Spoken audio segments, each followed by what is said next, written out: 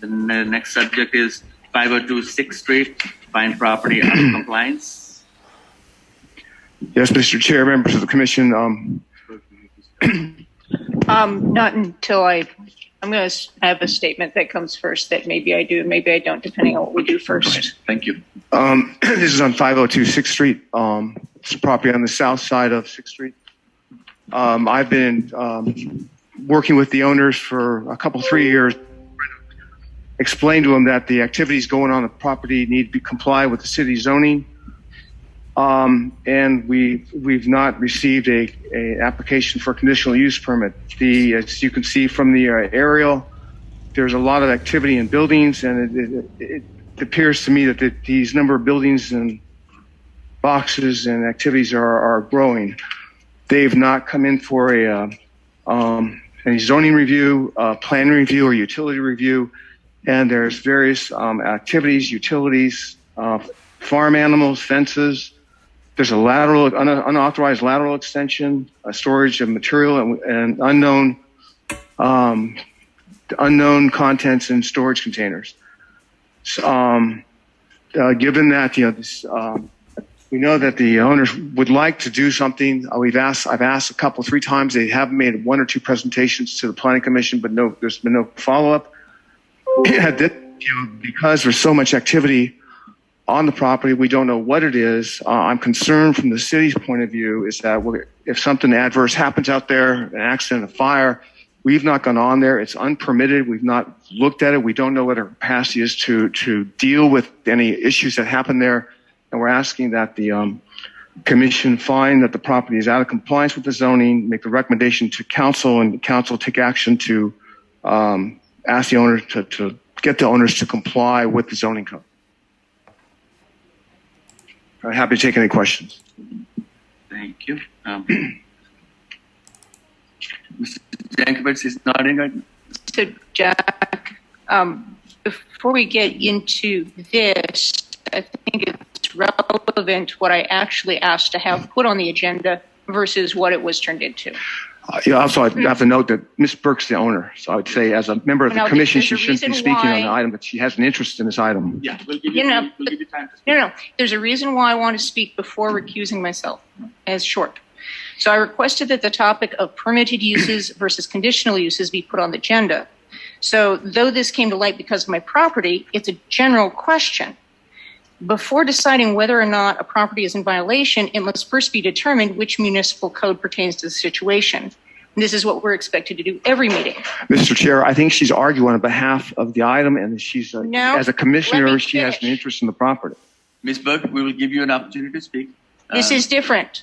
I don't think you can speak as a commissioner. You have a vested interest in the property. Ms. Burke, this you're is out a of line. question about confirming the meaning of permitted use. Ms. Burke, you're out of line. Before we get into this. Ms. Burke, you're out of line.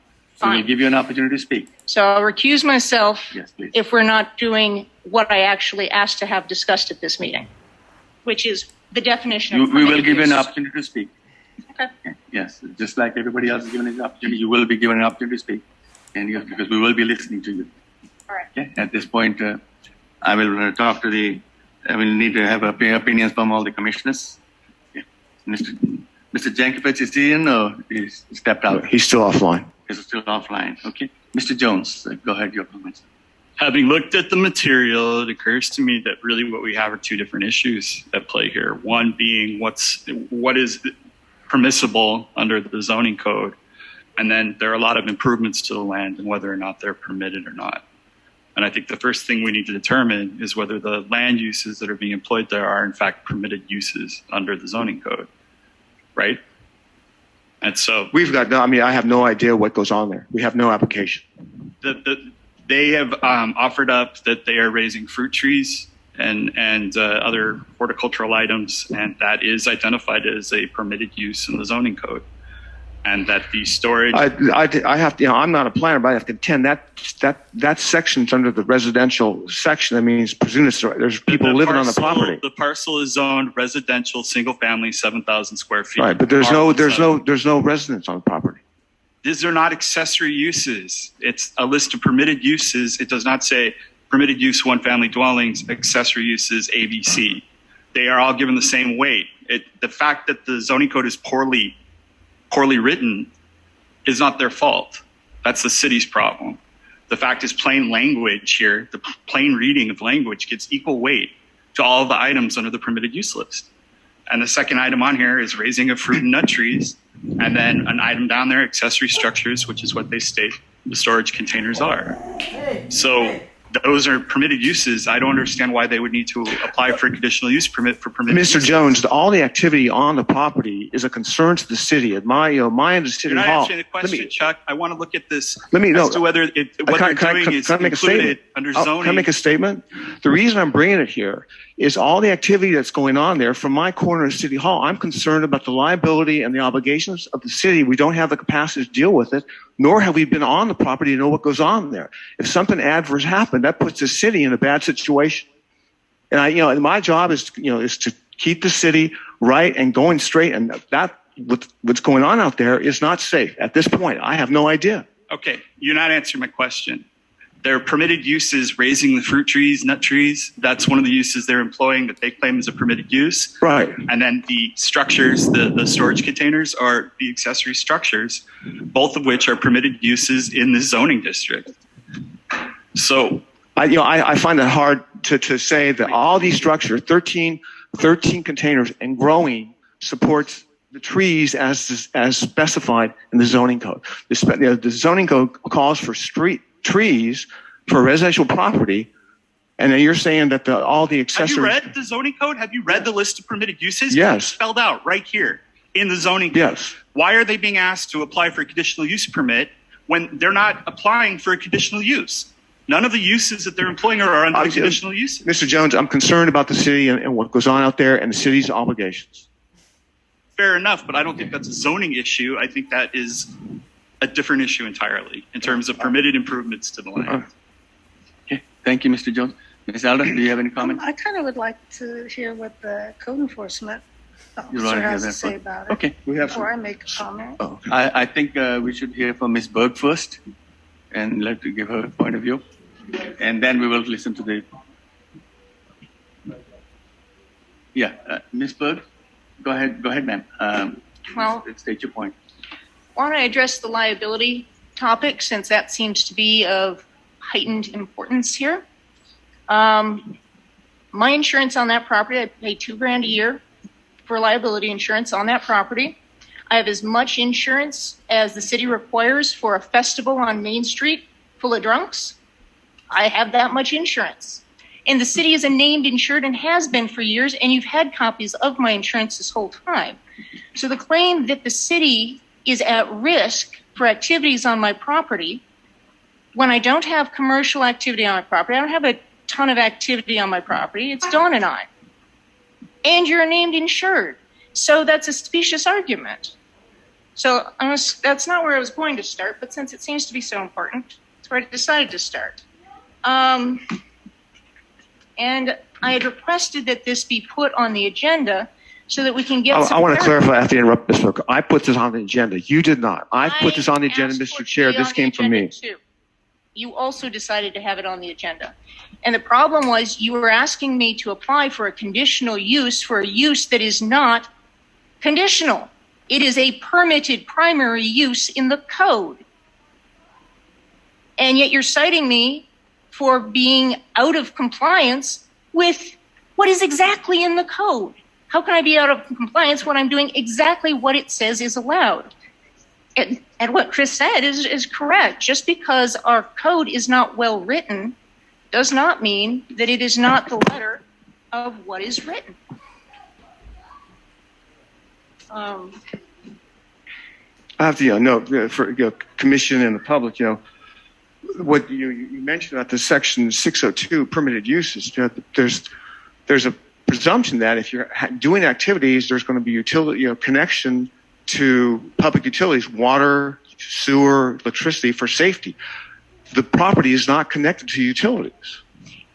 And yet, in the staff report, you state that they have illegal connections to the water. No, it sewer. doesn't say that. It just has stub outs that are illegal. They have utilities on the site that are illegal. They have sanitation that's not permitted. They have a stub out that's not permitted for water. And the property does not have any service utilities on the property. So I mean, they're kind of like, I don't want to be explicit. I know the zoning code may be a problem, but to say that all these activities can go on, a family daycare, an alcohol recovery facility, garden structures, there's a presumption that it's being served normally. It's not. Gentlemen, let's have Ms. Berg finish her presentation, and everybody will have a chance to comment on it. Go ahead, Ms. Berg. Try to keep it simple and short, please. You know, I'm terrible at that. So I've had fruit trees and horticultural specialties as part of what I own for decades now. And I came out here to the Delta for its climate zone, for its soil, to grow the plants that I have. And I'm going to list them because I have quirky stuff. And it's actually specifically why I came here. And it happens to be specifically what this property is allowed to do. And unfortunately, when I started this, the property, he says it's single family residential. Okay. And I'm supposed to have a house there. Well, what is actually allowed on the lot is constrained by easements that were not in the title report, by activities that have happened on that property over the decades, making it seem like a large house, as it is zoned for, would be permitted.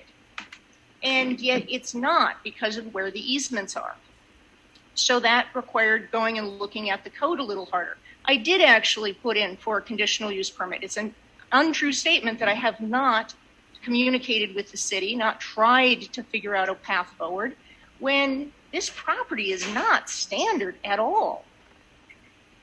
So trees that I have, white sapote, pineapple guava, a lot of different kinds of figs, passion fruit, a lot of different kinds of citrus, cherries, elderberry, beech rose, Chilean guava, nectarines, pomegranates, persimmons, pears, mulberries, autumn olive, beech rose, plum, strawberry guavas, ice cream trees, Japanese bananas, cinnamon trees, allspice, sugarcane, root beer leaf, ashitaba, lemongrass, dragon fruit. Those are just like the unusual horticultural stuff from the fruits. And then there's vegetables and tons of other stuff. Like, it's a thing that I do. It's not, I was looking for an excuse and started having stuff there. It's like, no, I brought it with me. And bunches of those trees have been out front, visible from the street for years now. So it's not apparent to the city. It's like, it's been right there the whole time. I asked permission of the city before bringing anything out here. I spoke to the head of Public Works and got permission. So it's not like I did something without talking to the city first. I've been talking to the city probably more than they enjoy because I am trying to figure out how to match a property that is not well suited to its zoning to something in the code. And there happens to be something in the code that was not made apparent initially that we had to find. And it happens to be the second thing on the list of permitted uses of residential property. And I have not heard of anyone needing to get a permit or submit a building plan or a site plan for a garden or trees anywhere in this town. That would kind of seem like bureaucratic overreach if they wanted to know what's in your garden, how big is your garden, where are your trees.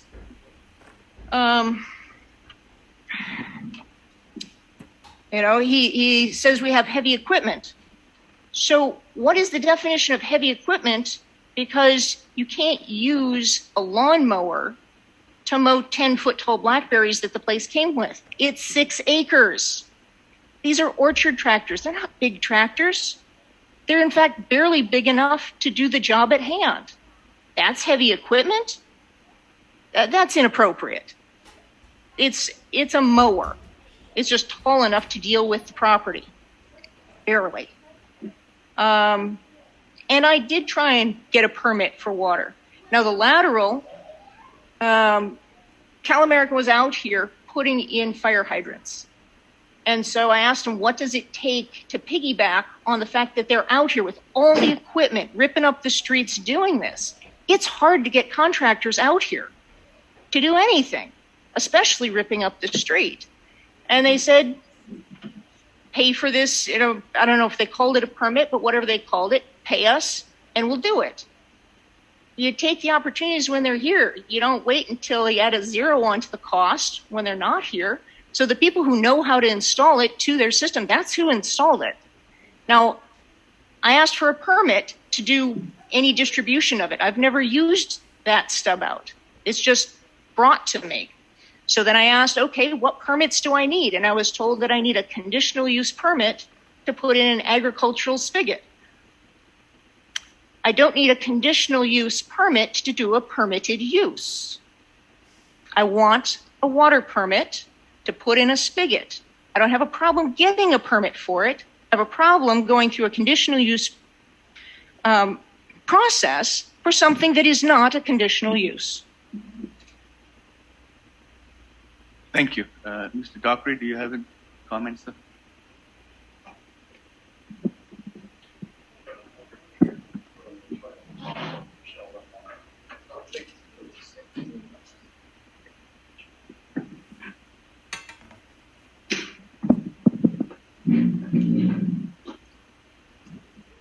So this is all new to me. Coming up to speed with the situation in the property and ongoing from the planning commission tonight. So, but I'd like to touch base on a few things. On July 7th, 2020, Michelle is correct. She did come in front of the planning commission for a tiny home conditional use permit concept proposal 50263. Would you like me to read it for the record? Sure. Michelle Burke, owner of this property, address 50263, had submitted a proposal for a residential tiny home unit with accessory structures, domestic livestock, grazing field, as well as adjacent commercial campground. Staff representing broader concept and introduced the idea and received comments before the application is presented. It says 50263, discussion. Street lies in R17 low density residential district. The western portion of this property will host a commercial campground. A portion adjacent to the school street will contain the tiny home and accessory units, and the eastern portion of the proposal will hold a fenced livestock grazing area.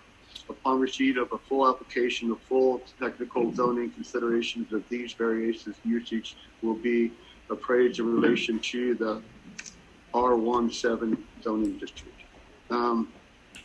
I went in front of the planning commission. I have searched. It was never. It was never voted on. I can't find where you guys made a decision.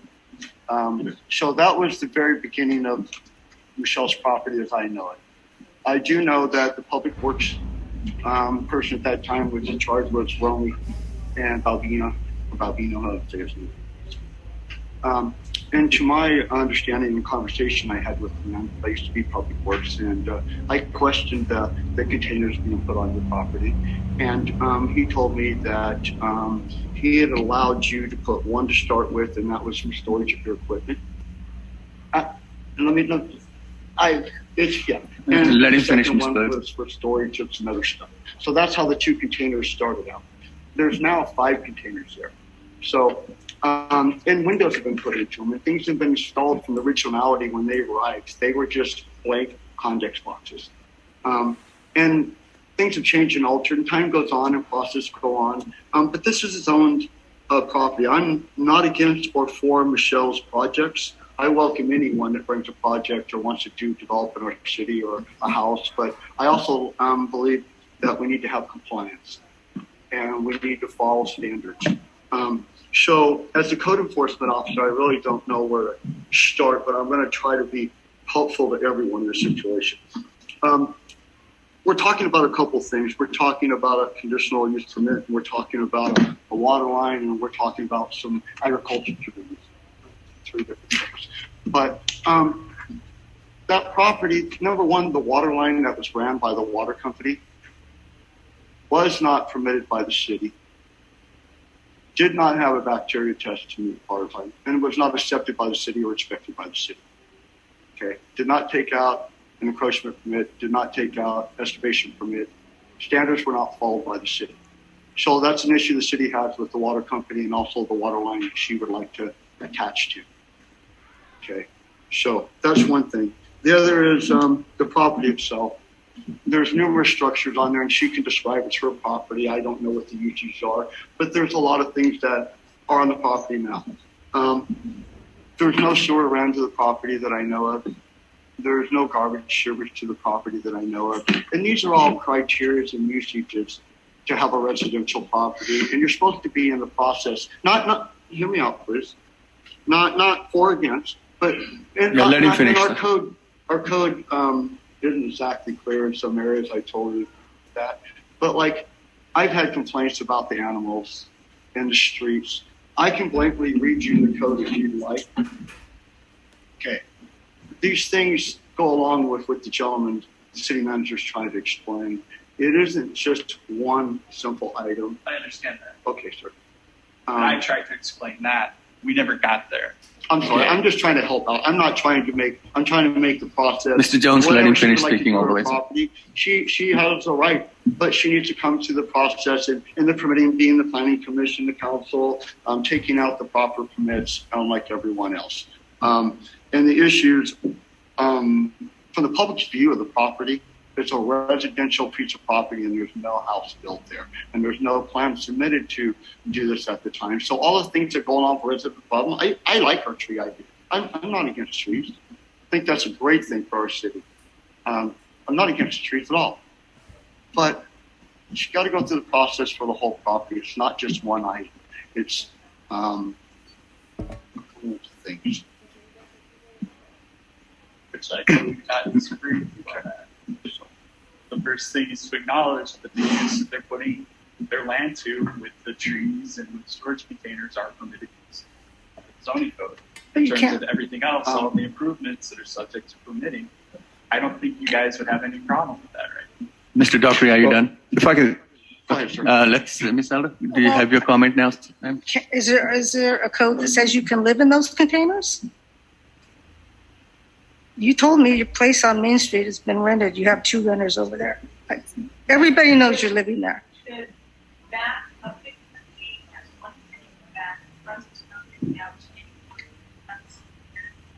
No. Okay. I'm sorry, we can't hear them speaking. I mean, your neighbors across the street call me. Why do they get to live there? They're there all the time. They're sleeping there. They wake up there. They're always there. Everybody knows you're living there. You're the only ones that won't admit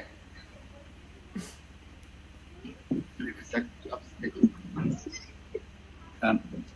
Any comments from the public? The public comment, please.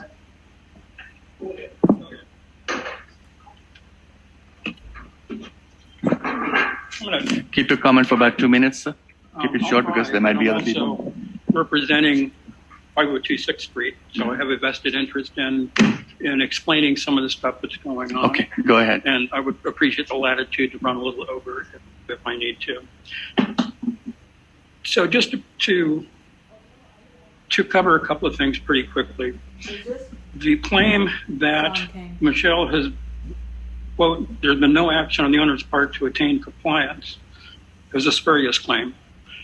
Back in, whatever it was, Michelle paid fees for conditional use permit, thinking that this was the only path forward at the city manager's direction.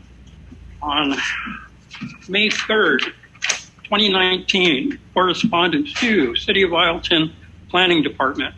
Dear James, this is a formal letter to accompany our conditional use permit application. Also contained in this letter, we currently have shipping containers on site. We're also prototyping a solar electrical system, solar irrigation system, and running appliances on our solar power system to get real life feedback to evaluate performance. This was back in May of 2019. We received no word from the city saying, well, you can't have your containers there. We received no word saying anything about the solar. Nothing until much, much later. And then all of a sudden, it's like the floodgates opened up.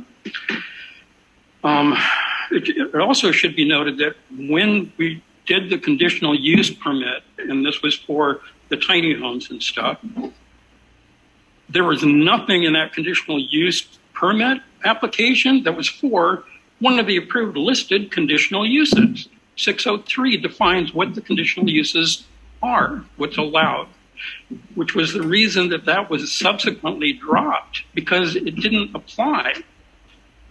Then we were told or directed to come up with we were subsequently told to apply for an permit. Now, I know members of this committee were there for that meeting. The interim use permit, which is a permit, by the way, that doesn't exist. It doesn't appear in city code anywhere. But that was the one where we proposed the campgrounds, and we also had vegetation and trees as part of that plan. We submitted a full set of plans to you folks so you could look at what it is we were talking about doing. Jack, you even commented that, well, because of the PG&E easements, and you're aware of those, that you would have liked to have seen something from PG&E saying that we would be allowed to do that. At the conclusion of that meeting, what was supposed to happen, the city was supposed to come back to Michelle and to this committee about what the conditions were going to be in order for us to proceed forward with that interim use permit.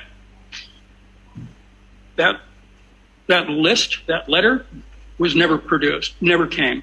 We waited for months for that, nothing. When that list never came out, I sent an email directly to the planning department, and I believe it's included in the agenda packet, asking specifically what permits are needed to exercise enjoyment of the use of the property under 602B, fruit and nut trees. The city never responded. Didn't tell us what permits we would need, didn't tell us that we would need a plan review or anything else. It was radio silence. We hadn't heard nothing.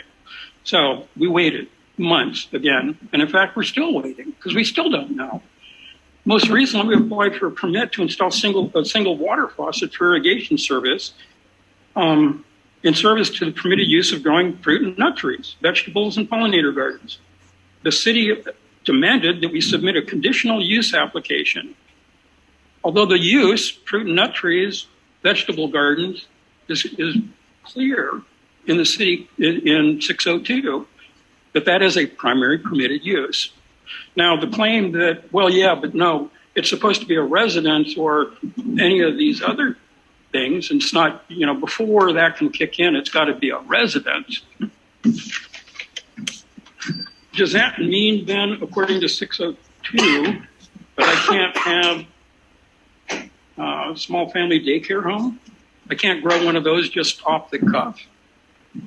No, it doesn't mean that. It means that, of course, if you build something like that, there are building codes. There are built permits you have to pull for doing a building. Then everything would be triggered. I get that. But I see no process anywhere for fruit and nut trees in a garden. I guess another way to put this is maybe it would have been simpler if when we had applied for the water, that I just submitted a document showing here's where the water faucet's going to be. Here's my cherry tree. I'm growing a nut and fruit tree. It's a permitted use. I want my water. Then later on, included the rest of the trees and the gardens, because apparently once you get your building permit to build a house, then I can put in a garden without any permit, without any plan overview, without any review whatsoever. And yet it's being demanded that we do this. Our garden, the garden situation will change over time. I mean, it's not, for the most part, not permanent. The trees that are in the ground right now, yeah, those are permanent. The other thing that is kind of an interesting thing is that they claim that it's not apparent that that's what we're doing. Can somebody define what that means to me, or what that means, what apparent means? Because if you walk by the property, you can see over 40 trees from the street, and only 3 of those are not food trees. The rest of them are all edible trees, fruits and exotic fruit trees. I have some pictures of the nectarines that we got last year, which was huge number of nectarines. We get figs, we get pomegranates, we get all kinds of fruits from these things. We need to get them in the ground. They've been in the big pots too long. And the reason that there's been a holdup in getting stuff like this in the ground is because we've been fussing back and forth thinking that we had to have a residence there in order to be able to do anything on the property. But the strict reading of the code says anything but that. And so we finally have a clear path forward. We're not running in the tenuous situation of, what's the city going to do now to try to kick us off the land or stop us from using it? Now we have a plan. Now we can invest in some stuff like getting the trees in the ground, getting the gardens in that we want to get in, getting the irrigation in. But I don't see anywhere on anything. And maybe this is just a shortcoming of city ordinance, but the fact that it's something that you want there and isn't doesn't make it there. So we want our water. We want our water for our plants. Nowhere in there does it say I've got to have a sewer to have a garden. Nowhere does it say that I've got to have utilities to have a garden. Does it? But you have a garden. I think garden presumes you're going to have water. So. Yeah, we've been trucking it in. Can we keep it short, sir? Thank you very much. Okay. Yeah, Any more? Can I respond? No, hold on. Any more public comments? Go ahead, sir. Yeah, so the last thing is, he's talking about things like the fence. Fence on public property, kind of a moot point. We moved it today. It took every bit of 10 minutes. There's nothing on public property at this point. Although I would appreciate it if the city would take care of cutting the grass on the area they're responsible for in that area. The reason we have the waterfowl, that's something I'll address real quick. The reason for the waterfowl is to take care of the mosquitoes. There's mosquito larvae that are abundant in this area because of the ditches that run transverse to the property, which are the city's responsibility. They're open ditches with standing water. There's that channel ditch in the city's area of a responsibility that runs along the front edge of the property that if we're lucky at the end of summer, it'll dry out just enough for us to drive a tractor in to actually be able to cut it with anything. But up till that point, it's a breeding ground for mosquitoes. The waterfowl helps mitigate that. We've got mosquitoes out here that have been seen with Vitka, seen with West Nile, and stuff like that. So, yeah, we have waterfowl. I don't think anybody's complaining about the waterfowl. The complaint about the farm animals, this is something we covered long ago. But I don't know if you're aware, but city ordinance allows your fire chief to set aside ordinances if he feels that it's in the public interest or in the interest of public safety. He is allowed to set aside an ordinance. Chief Maroney set aside the animal ordinance specifically to us, and you were at that meeting. Romy was at that meeting. Chief Maroney was at that meeting. And it was when we were talking about the need for abatement on the blackberries. And we were explaining we're having a hard time getting our equipment through because of your ditches. He agreed to allow us to have the sheep and goats to run for blackberry abatement. And they do an excellent job of that. And so that's how and why we ended up with those. It wasn't we snuck them on the property. We asked. We got permission. It's never been rescinded or anything. So anyway, okay. I think that the upshot is that he's asking for you to more or less pull the nuclear option. Thank you very much. You find that we're out of compliance, and we're not. Thank you very much. Sure. Jack, if I may. Okay, I wanted to listen to everybody, then we're going to come back here. Okay. Then we'll make a comment. Go ahead, so state your name and then. Yeah, hi. Keep it as short as possible, please. My name is Paul Engel. I live at 204 Delta Avenue. And the only thing, I don't know these folks at all. I have no qualm with them at all.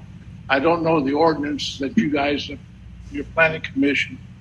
But what I do know is I went to the city, and my neighbor went to the city to ask permission to put a container in our yard for storage.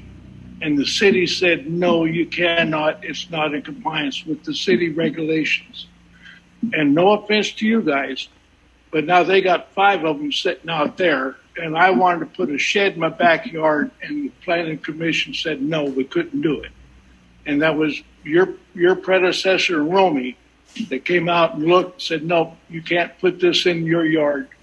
No containers. You can put a shed there, like, what's that homestead thing up in Sacramento, but you can't put a container in your yard.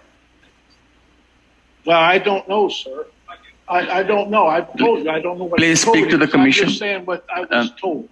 Please speak to the commission only, please. I'm sorry. Yes, go. But I just wanted to say, it seems like a double standard going on here right now, because we can't put one in our backyard for our own storage, but they can build a whole community out there. And so there seems to be a problem here. I'm sorry. That's all. That's what's being addressed, sir. Yeah, Thank you very yeah, much. but I just wanted to point out, I can't do it down on Delta Avenue, but they can do it on 6th Avenue. Thank you. Any more public comment? Come on over, man. State your name and.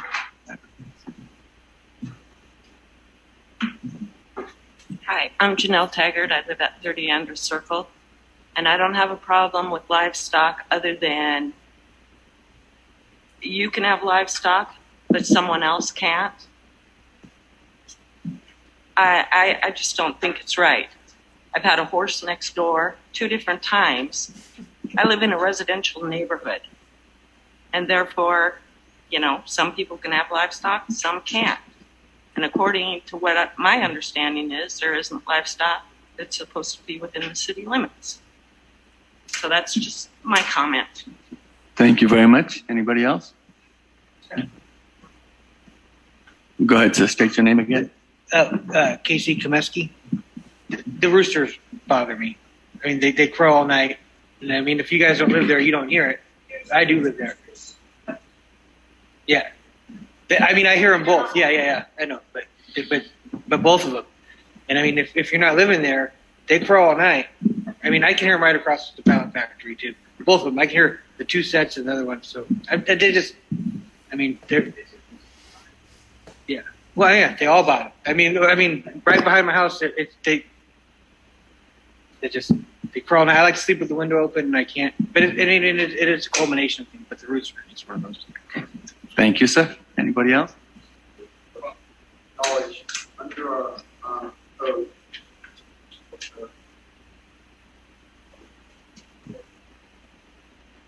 Zoning code, there are criteria for landscaping, We can't hear, Chuck. just within the code, there are definitions of yard and maintenance and setbacks and everything of what they're talking to do. So I don't know if anybody's actually took the time to review that. Well, what section of code is that?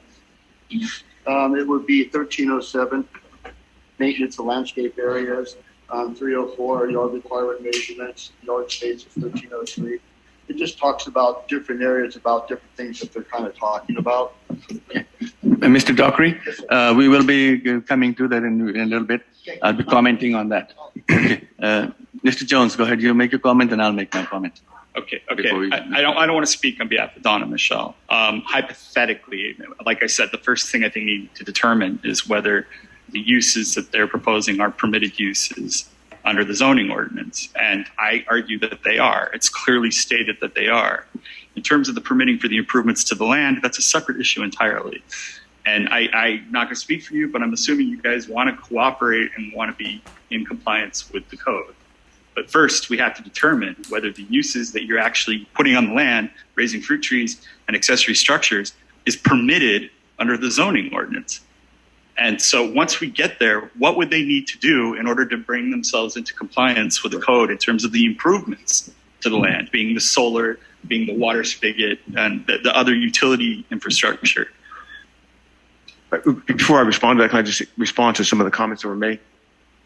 Yeah. I just want Go to, ahead, go ahead. I also had a comment about some of the comments that were made by the public as well. So yeah, it's like, but, I just want to. I don't think that'll be necessary. Let's hear But Mr. Chairman, members of the commission, some of the comments that were made about the what Ms. Burke said, Mr. Kane said, with respect to the water lateral, the water company, Cal-Am did put a water lateral in there. I don't know, they did not come to the city to ask to put it in, which is required by law. I don't know what the composition of the lateral that was put into, which is required by law. I spoke to the water company and told them they put that lateral in there, absent the approval of the local authority. They pleaded ignorance, and they say they're going to try to, provide me evidence that was put in per the city standards. So that's yet to be determined. I haven't done that. So the lateral was done unbeknownst to the city and out of just between her and the water company, and I think both parties had an obligation to the city to respond, put the lateral in. The other comments I had that Mr. Kane made that he said was my comment was not apparent what they're doing. What happens is there's growing equipment, growing boxes, animals, and other activities out there that I have no idea. So it is not apparent. They've not put a plan. They speak of a plan now. They say now they have a plan.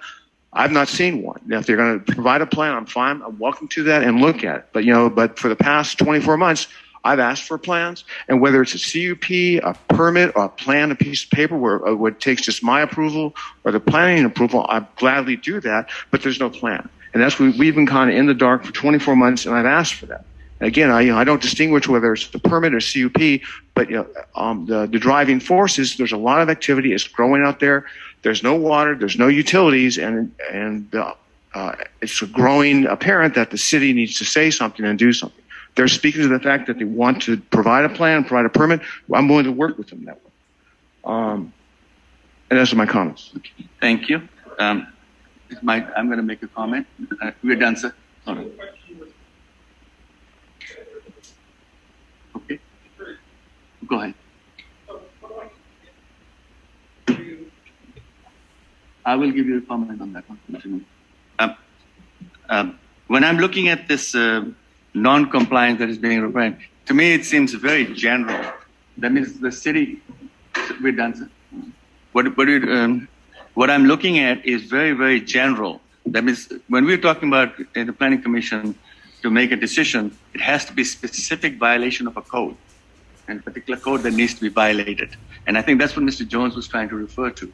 So I think in order for this to show somebody that is, when a property owner is out of compliance, you have to show that there is a specific violation and a specific code that is violated, and that we can. So even though we heard there's a bunch of violations that are being addressed today, but you cannot just generally turn around and tell somebody that you're out of compliance and you can shut the person down at this point. So now that we have a code enforcement officer, it would be a good idea that he can go through the code violations, all that, talk to the property owners, check all that, and if they say that they can comply, it would be a good idea they comply right away.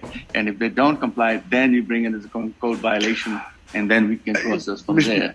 I'll say, Mr. Chairman, maybe I wasn't specifically citing the code, but we have cited these items that I've mentioned have been put in writing to them. But Mr. Maldonado has been come. Go ahead, sir.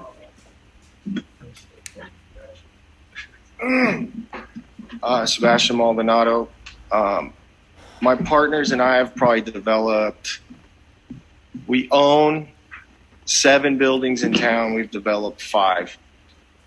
Some advice I would have to give to the people that want to get the permit is, can't you just get a building permit, put foundation above the floodplain, and then put your containers on it? Because it's a hydrophobic container. So once it's bolted down to something like a foundation with utilities, I mean, I don't even care if it has utilities, but as long as it's like bolted down to something, then can't they use that as a residence? But I don't think now you can, because there's not a foundation or utilities there. But isn't there a pretty clear path? You get a building permit, you get approved, you pour the concrete, you make sure it's above your FEMA standard, and then you bolt your containers down, you make them not look like containers, and you move in.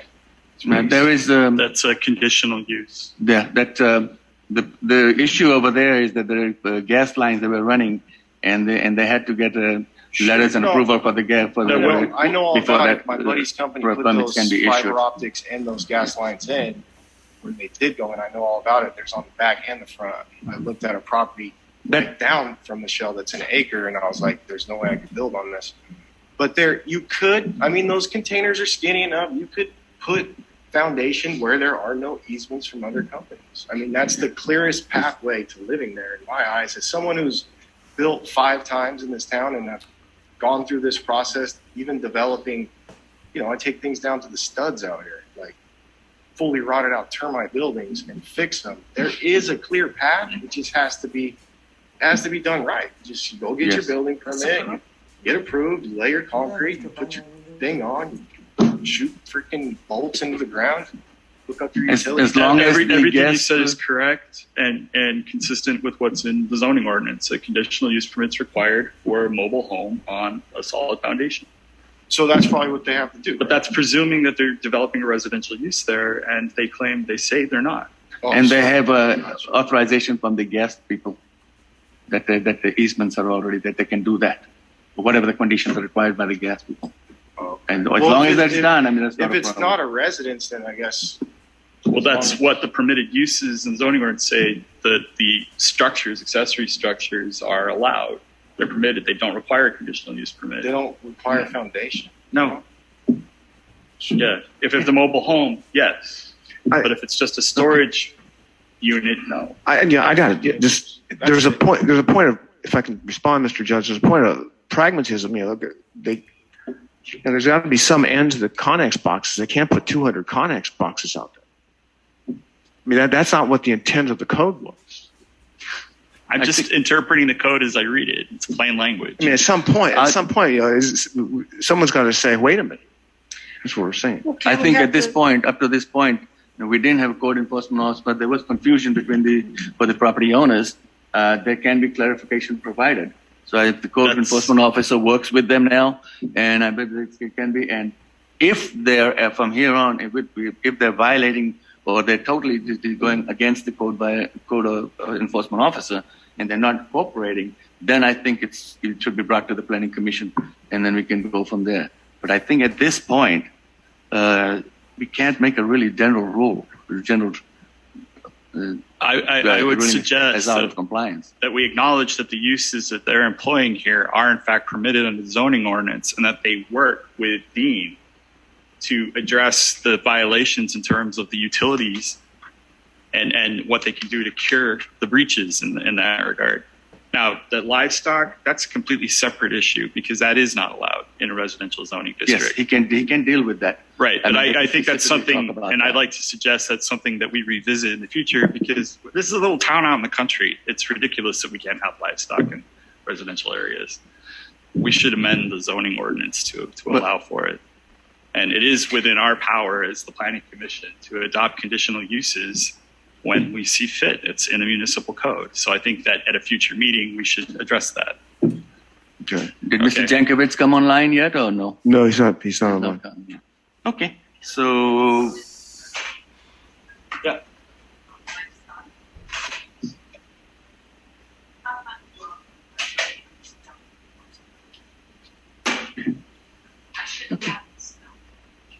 Well, there's a difference between a horse and a chicken. So Livestock. yeah, we can that's clarify what kind of livestock is acceptable or that not. will be- We need to discuss it right now. I think what we're doing is that will be addressed by the property owners as well as the code enforcement officer. And I think we should give them an opportunity to do that first. It's something I think we should agendize for a future meeting. All right. You want to change that?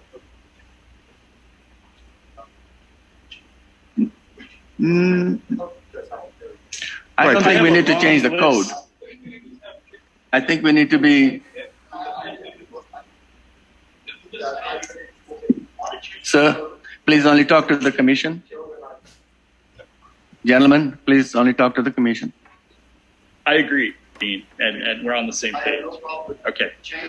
for it, but I would like to be working. No, and good. You know, Yeah, good. And I appreciate that. Okay. I think it's an ongoing process, to be honest with you. I think it's an ongoing process, but I think it's a We are in the process of updating our general plan, and once we've adopted the new general plan, it will behoove us to update our zoning ordinance, at which point I think it would be necessary to address some of these antiquated ideas, like you can't have chickens in a country town out in the middle of nowhere. So, Mr. Jones, this conversation can go on for hours. Yes. Let's deal with the issue today, which is the issue being that they're out of compliance. So I think we should make our final comments and vote on it. Should this go to the council, or should we allow them to move forward with let them go forward and work with the with Mr. code Chair, enforcement? Mr. Chair and Commissioners, if I'm hearing you correctly, I think you want to give us direction to work with the applicants to get the things squared away, cite the violations, like the water, I think the Connex boxes, the animals, which we could cite and have them try to rectify, and have them put a plan together and bring it forward. Yeah. And be specific on what items that needs to be addressed so that they're clear, because it seems like when they're talking, they're confused. They're not sure what, it seems like, so once there's a specific items that are being dealt with, then we can deal one at an item. It'll make sense. I think this is a solution that is amicable to the city and to property owners. I couldn't see any much as far as their real violation as far as the zoning code is concerned, even though they may have violated certain areas of the thing, but as far as the use that they're using, it's kind of like we have to specify. Understood, Mr. Team, understood. But what's going out there? One, the illegal connections, the animals, and the activity and the boxes and equipment are growing. Yeah, and understand. And so, and just from my vantage point is that stuff's going on out there. If something adverse happens, the public's going to say, "What did the city? Why did the city let this happen?" Yes, because we understand that we had it's not an issue. Now we don't. It's not like one box out there. Yeah, let's deal with it. All right. Let's deal with it. Mr. Jones, your final comments. I think we have a way forward where we can find an amicable solution to this problem. Okay. Okay.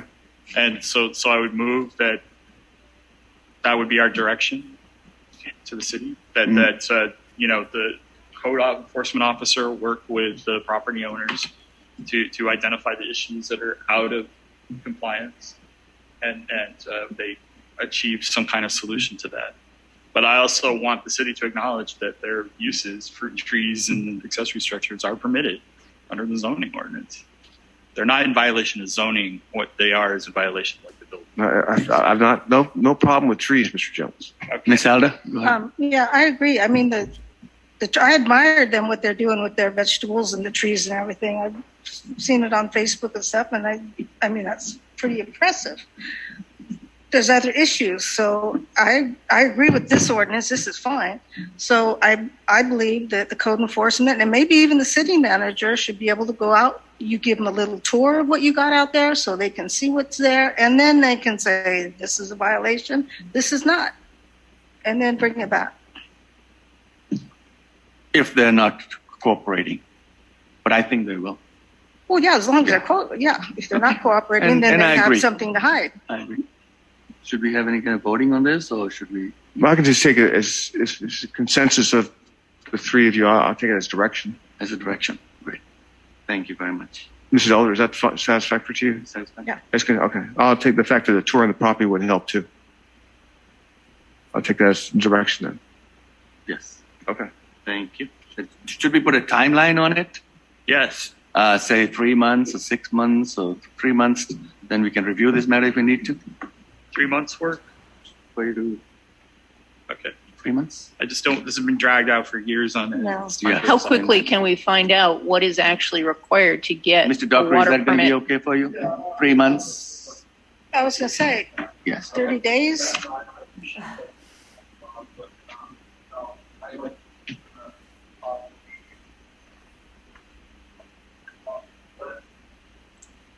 What's Mr. Dockery saying?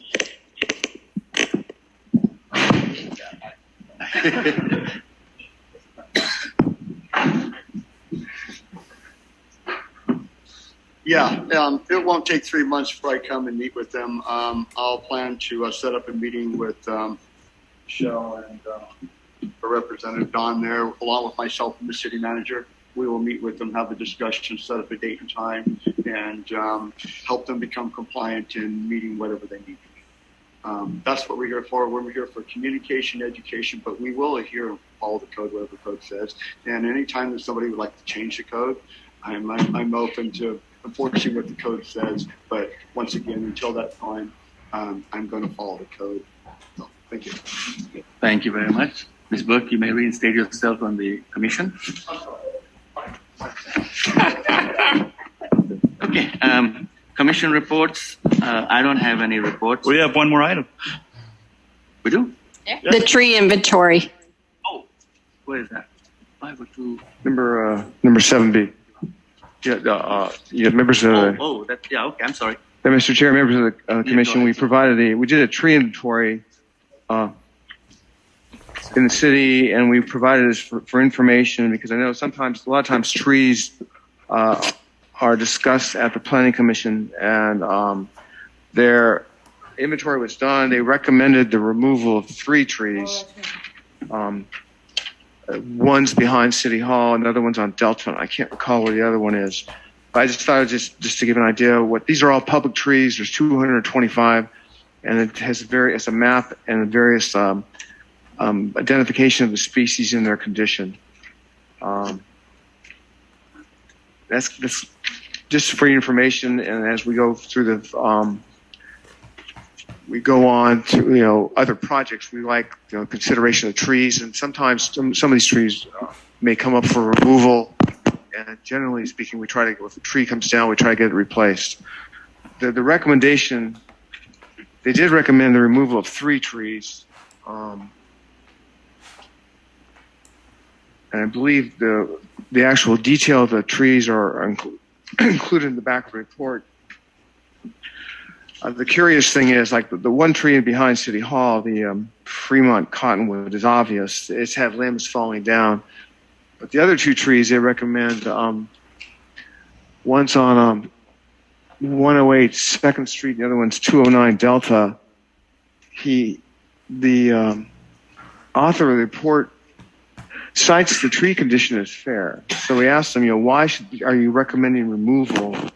And then he cites the tree as fair. So I'm a little confused on that. The 2 trees cited for removal are at 307 2nd Street next to the public restroom by the docks and 308 Delta Avenue. Oh, okay. Oh, okay. Yeah, right. Sorry. Oh, 207 2nd. Yeah, that's what you said. 307. It's the tree next to the public restroom, yeah. Okay. You got the wrong address on here. And then 308 Delta? Yeah. Yeah, okay. All right. But it's just, Commissioner, it's just for your information. Yeah, these trees will fall if, later. It's not a good idea to have them removed. I don't know which trees are there. They're getting pretty old. Go ahead, do you want me to comment? Yeah, I was a little alarmed to see that more than 75% of the trees in this report are fair, poor, or dead. That only 23.56% of the trees in the city are in good condition. I think we should kind of explore what we can do to improve the health of our trees. Okay. And the second question I had was pertaining to this table at the very end of the report with a listing of several trees, a lot of them over in Village of the Delta, and the numbers are removal order ID. Are these trees, what's the status of these trees?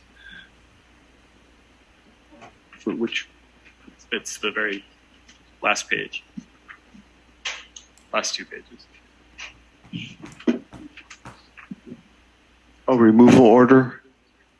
So we have removal order ID, and then there's a whole list of trees. Right, that's what he recommended in terms of from worst to best. He listed the trees, those top 3 ones you see when are the ones he was recommending for removal. So those 3 trees are dead, and they have to be removed because they're a menace. They're a nuisance to the public. But what about the rest of these trees on this list? Is he also suggesting they be removed? No, he's not. No, Okay. So why are they here? I don't know. I don't know. Can you find out? Yeah. Okay. All right. A lot of these trees, almost a third of them, maybe a half of them are out in Village on the Delta. And I know I've talked to you, Chuck, about the health of the trees out there before. Yeah. So if you can find out what this is referring to, that would be great.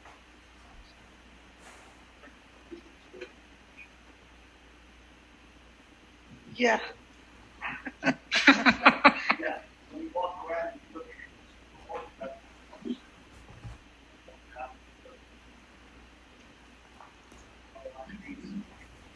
Yeah.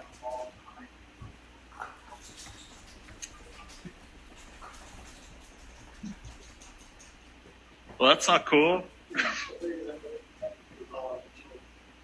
We can't hear the speaker. Fuck's sake. Yes, ma'am. Dean Dockery. I live on 3rd Avenue, 10th 3rd Avenue. There's trees that the PG&E company just came out and marked to come through and their idea of maintaining them. But every time they come through and cut them, there's always dead rot in the trees the way they cut them. It's just not proper. So most of the trees on Delta 3rd and 4th are under power lines, and they're from the power company coming in and not properly maintaining them, just cutting them out of their wires for their benefit. So just that to be known. And then also some of the trees that are the waterfront project, those are on the historical registry. Those oak trees, the city is not allowed to cut or to do anything. That takes a licensed arborist and a permit. So not in defense of anything, but as far as all our oak trees that you see on the Middletown Park, the waterfront park, those are protected trees that we really can't do anything. So that tree in front of the restroom, is that included in that group of trees? In front of the restroom? Yeah. Very well, maybe. There are tags on them. They've been tagged. So just kind of a little information for you guys. The person who prepared this report would not have taken the tree preservation ordinance into consideration when And reviewing then the also, trees. So you will need to look at that to see if that is a historic tree. To make a reference to it, you're saying? To remove the tree, the one in front of the restroom by the public docks. Yeah. If what Mr. Dockery is saying is true, we need to identify whether that tree is included in this group of yeah, some of those trees in the trees. waterfront project there by the bathrooms, those oaks, They're historic? they're on the historical preservation list. Oh. Also, at one time, the city had adopted something through Sacramento County. I'm not going to be able to have the name off the top of my head, but it was a thing where if you cut a tree down,